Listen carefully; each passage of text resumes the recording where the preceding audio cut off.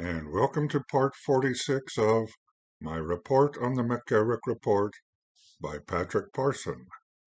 Today we start chapter 15 of the McCarrick Report, titled Pope John Paul II's Decision Against the Transfer of McCarrick to Washington, July 2000.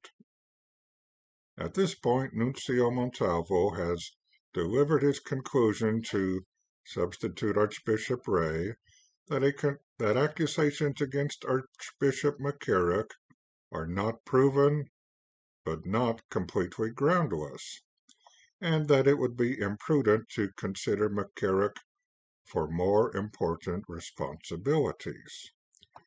In turn, Ray asked former Nuncio Cacciavillan to review McCarrick's record, as well as the 4 most recent letters of endorsement sent by bishops. Cacciavillan wrote a memorandum dated July 3, 2000, suggesting Nuncio Montalvo had been, quote, a bit overly impressed, unquote, by Cardinal O'Connor's letter questioning some of McCarrick's possible activities. Cacciavillan felt the letters from different bishops seemed to favor McCarrick, although allegations could resurface at any time and cause scandal.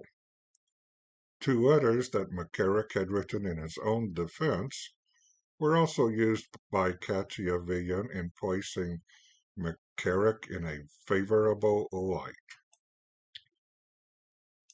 So Archbishop Ray wrote a 1-page memorandum the following day, focusing on allegations of McCarrick while Bishop of Metuchen. Ray's conclusion was that rumors and allegations against McCarrick were not well-founded, but that promoting McCarrick carried too much risk of raising past accusations. Ray says, quote, it is not convenient to run the risk of raising again forgotten accusations that now belong to the past by promoting Monsignor McCarrick. It would serve neither him nor the Church well. Better to consider other candidates for Washington and not to run the risk, unquote. So again, we see that church leaders are concerned about protecting the image of the church.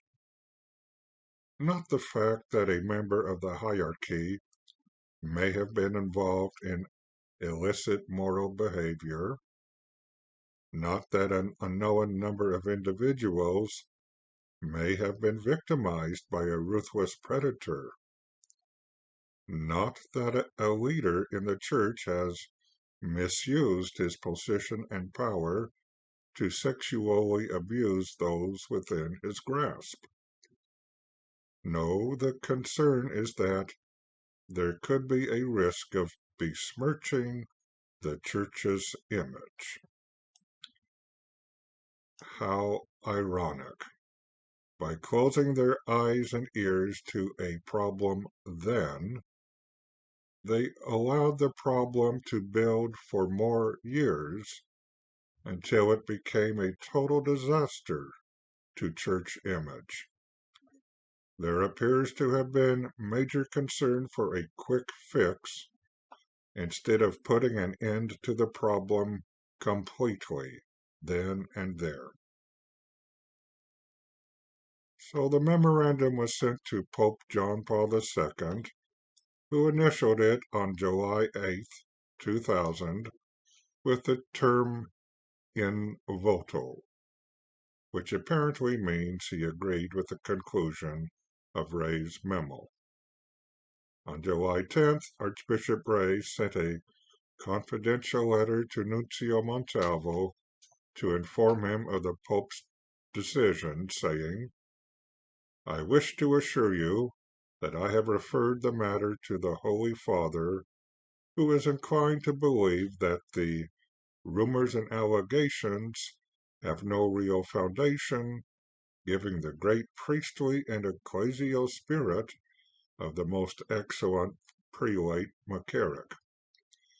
Nevertheless, His Holiness is in agreement that it is not appropriate to run the risk of these accusations resurfacing by promoting Monsignor McCarrick to a more important see, even if they do lack foundation.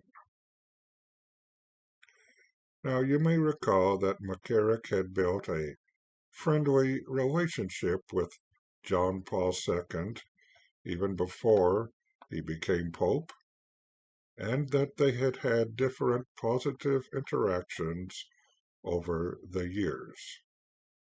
Obviously, when John Paul II was given information indicating allegations against McCarrick were unfounded, he would believe the allegations were unfounded.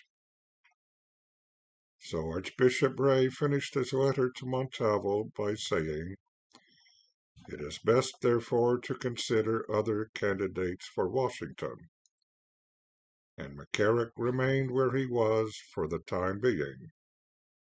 But for how long? Is McCarrick going to take all this lying down? Maybe we'll get those answers in our next segment.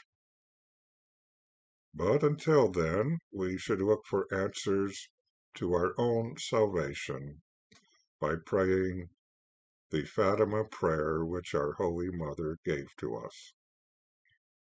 O my Jesus, forgive us our sins, save us from the fires of hell, and lead all souls to heaven, especially those in most need of thy mercy.